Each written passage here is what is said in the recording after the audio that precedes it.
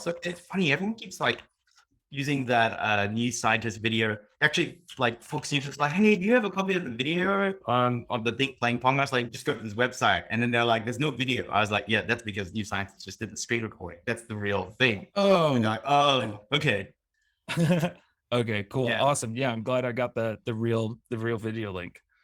yeah." So Spike it's Stream. actually not a it's not a video link. It's actually a real visualization. So you click the mouse and then you can move it around. You actually drag. You can Oh, actually no see the way. surface of the chip. Yeah, yeah. And then Let's the see. mouse Okay. will like zoom in out. Let's see. Since this is video, I'm gonna try Yeah, something that I haven't really done for the first. yeah, How do I screen share? Okay, share screen. I'm going to yes. click this. Okay, so can you see my hang on. There you go. Oh, Can there you we go. see Yeah. my screen? Just this I one? can see your screen. That's the one. Yes. Okay, cool. Okay, so what do I do here? This is kind of So fun. yeah, so this is like a real visualization on the surface of the chip. So there are 22,000 electrodes in the chip. There are 22,000 tiles. Each tile represents an electrode. And this is taking the electrical So recording. So you can mention that like is cells are actually is on top of it. this one tile? Yeah, This that's thing? one tile. Yeah, Okay, like okay. one electrode. And so yeah, you can like drag your mouse around to like change your perspective view. You can Mhm, scroll, you can zoom in. I think if you're on a Mac, you can use it. If you two finger like swipe up and down, mhm. we'll zoom in and out. And so what this actually shows is real data that was obtained from our hardware with cells on it. And every time you see that little thing that spikes up as a building, that's actually electrical impulse Okay. that is fired by a neuron. So that's picked up in real time, and in very short, sort of low latency loops, we actually feed it into a computer program, which is the game of Pong. And Mhm. if you see that so that top big region there, that's kind of like the sensory region of the neuron. So you can So think of this it is like, sensory, and then what are the yeah, bottom two separate places? they're motor regions. So they Okay. control the paddle going up or down. That was a question that I had. Are there sensory and motor neurons? Okay, perfect. Yeah, exactly. And this is the thing. It's really important that they're actually separate regions, because some of the criticism people have was like, oh yeah, it's we read it somewhere, someone was saying like it's like you had a box of cats and you sprayed them with water, Mhm. and you wait to see if there was a response. Wherever you sprayed the cats, the one with meow back. But the thing is, the difference is that we have a system here that's not contiguous. So if we stimulated one region at the top, we've also got results to show that it actually correlates sometimes with motor regions in the bottom right corner. So they're topographically very distinct. Thereby, we show that there is some sort of processing that's happening in Is that there network. anything linking these two, or how do they fire at the same time? Like, how do they know that? Like, Because they're neurons. The neurons are sitting right on top of that. You can't see it because of the visualization. okay, But so these tiles, imagine, so these tiles are like electrodes, and then there's a whole layer of neurons on top yes. of this.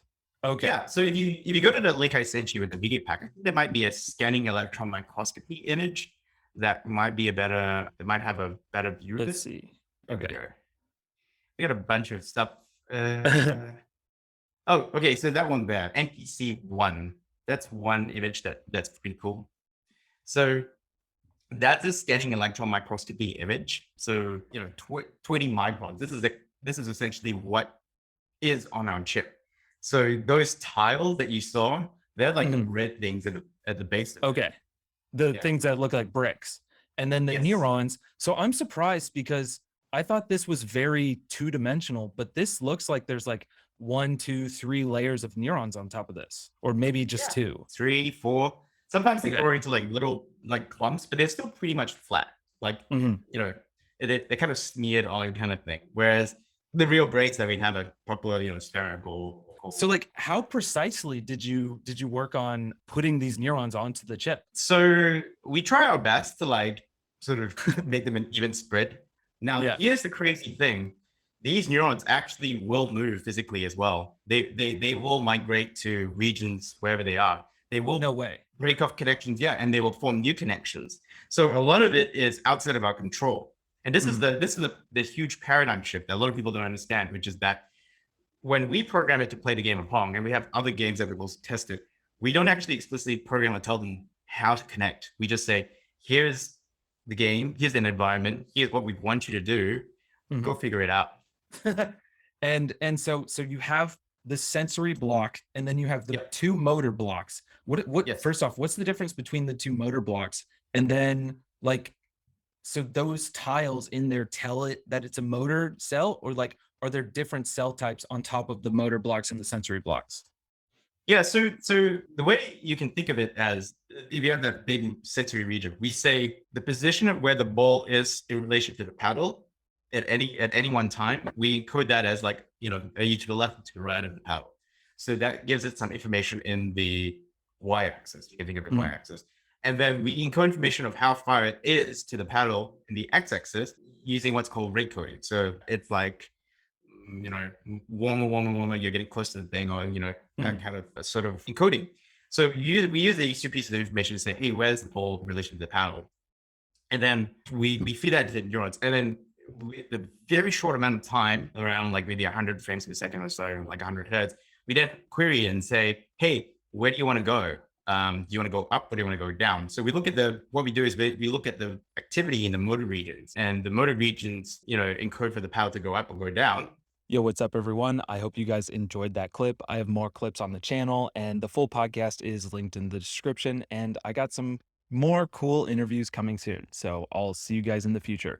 Peace.